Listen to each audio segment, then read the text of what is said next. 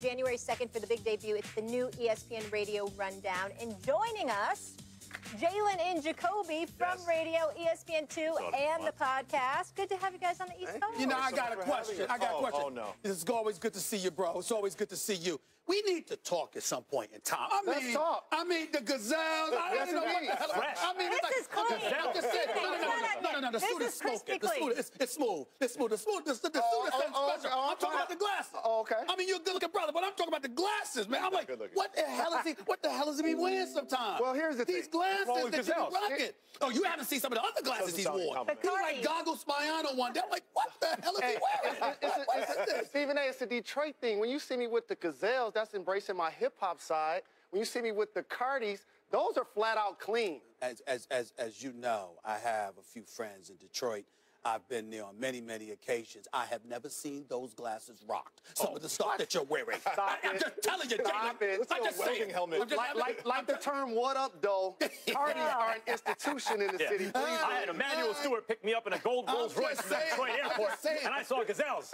I mean, Jalen trying to go back to high school, man. I'm like, you know, we got to talk. I'm buying all of the things I couldn't buy. But the suit is smooth. Thanh you. I appreciate that. I'm buying all of the things I couldn't buy before I had a black card. I'm just saying. Okay. All right. You two together. When did you not have a black card? When did you not have a black card? At Michigan. You know. I don't know about that. That was platinum.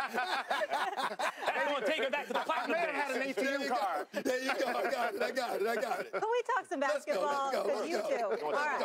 Trust the process. The Sixers, the new pretty young thing, winning 4 of their last 5, and this young bud squad are ready to acquire not just any vet, but the king. According to a USA Today report, the Sixers will target LeBron James this summer. James can opt out of his contract with the Cavs after the 2017-2018 season. And guess what? The Sixers will have room to add a max player to their roster. Stephen A., how much did LeBron actually consider going to Philly? He should consider it strongly. I'm told that he's not. I'm told that it's about Cleveland. You hear about the bigger markets, but it's really about Cleveland. But anybody that feels like you are inclined not to believe them, feel free and go right ahead. Because guess what? When I look at Ben Simmons play, and I look at Joel Embiid play, and I look at the fact that Markelle Fultz hasn't even shown up yet and what he could potentially mean to that squad, and you add LeBron to that mix, Lord have mercy. It would be special. But I can't see him departing his hometown or near his hometown in Cleveland, right up the road from Akron, to go to Philadelphia. L.A., something like that, yeah. Houston, maybe, yeah. I can't see him doing it in Philadelphia, but last night, Maverick Carter was seen with the Sixers owner. Rich Paul was seen with somebody else, a hierarchy within the Sixers organization. These brothers are smart. They are always thinking ahead, and they are all about business. I don't mean this in a negative sense, but as you all know, come on now, we've been watching them. Their loyalty is to what is good business. It's not to all this other ancillary stuff. Now, LeBron James he's the ultimate decision maker. His family, his wife, his kids, his mom, all of that matters. But in terms of what their agenda is, it's finding out what the best business decision is. And I don't think anyone can ignore the possibility of Philly because of what Maverick Carter said just a few weeks ago, which was ultimately you stay relevant and you are able to market and brand yourself even better by winning. Winning championships is good business. Doing it in a huge market is good business. Philadelphia is down low, a little bit of a glamour market because it is such a big market. They got everything south down to D.C., and it's a major metropolitan area. It's not far from New York City, where there's a higher concentration of media than anywhere in the world. And when you look at the basketball of it all, LeBron would stay in the easy East. He would team with 2 super prospects. Ben Simmons is absurdly good, as is Embiid. Those are 2...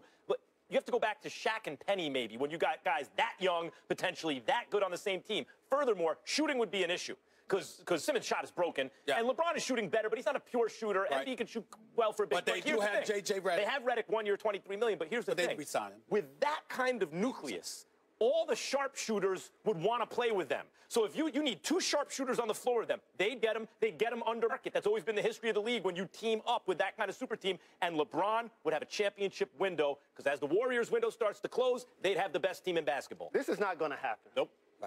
I don't want to see mercenary LeBron. Neither do I. We already saw this. He left Cleveland to go to Miami to play with peers in Dwayne Wade and Chris Bosh, a championship pedigree that was there already set by Pat Riley. Then you go home to run with Kyrie and Kevin Love. LeBron James, if he leaves Cleveland, which I don't think it will be, he will, it ain't going to be for Philadelphia. They're young, but they're not ready.